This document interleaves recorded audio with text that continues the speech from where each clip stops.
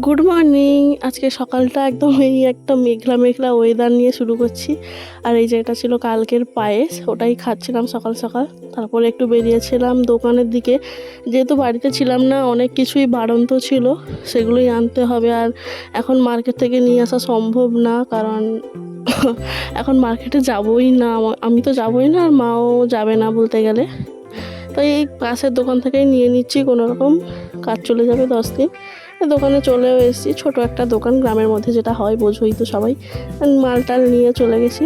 তারপরে এনেছিলাম হচ্ছে আজকে কাঁকড়া, এটা সেটারই টাকা নিয়ে যাচ্ছিলাম দেবো বলে। কাঁকড়াগুলো আজকে ভালোই পেয়েছি, প্রায় 10 পিস মতন ছিল। কিছুটা খেয়েছি, কিছুটা আছে, দেখা যাক। বৌদি খুব খেতে ভালোবাসে, যদি বৌদি আসে বা কাউকে পাঠায় তাহলে বৌদিকে কিছুটা দেবো, নাহলে রান্না করে খেয়ে নেবো। ভালোই সাইজগুলো ছিল, মানে খুব একটা ঠকে যায়নি বলতে গেলে। কিন্তু এর আগেও কিনেছি, অনেকবার ঠকেছি, কারণ টাকা অনুপাতে কাঁকড়া হয়তো কোয়ান্টিটি কম ছিল বা কোয়ালিটি ভালো ছিল না। এবারে কোয়ালিটি দুটোই মোটামুটি খারাপ না। সাইজগুলো দেখে বুঝতেই পারছো যারা চেনো বা খাও, যে খুব একটা ছোটও না, খুব একটা বড়ও না, তার মধ্যে কিছুটা ছোট ছিল, কিছুটা বড় ছিল। যাই হোক, সবটাই তো মানিয়ে নিতে হবে। আর জীবনে ফার্স্ট টাইম আমি কাঁকড়া করছি, যেহেতু বাঁধা ছিল তাই জন্য একটু সাহস করে হাত দিয়েছি, না হলে হাত দিতাম না।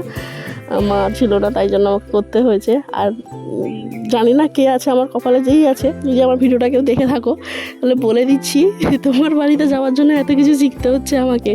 যাই হোক, জানিও না, যদি ওকে যোগ হিসেবেই নিও। তারপরে মা এলো, মা এসে কাঁকড়াগুলো পরিষ্কার করে দিল। আমিও করতে পারি, কিন্তু মায়ের জন্য অপেক্ষা করাটা বেটার। না হলে এই যে ঘিলু টাইপেরগুলো, হলুদ অংশগুলো, এগুলোকে ঘিলু বলি আমরা, এগুলো নষ্ট হয়ে যায় অনেক সময় ঠিকঠাকভাবে না ভাঙতে পারলে।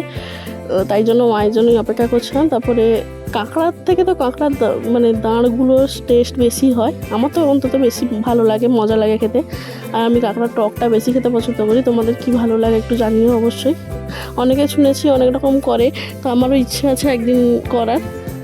তোমরা জানিও কোনটা সাজেস্ট করো, কোনটা ভালো লাগলে, মানে কোনটা করলে ভালো লাগবে খেতে।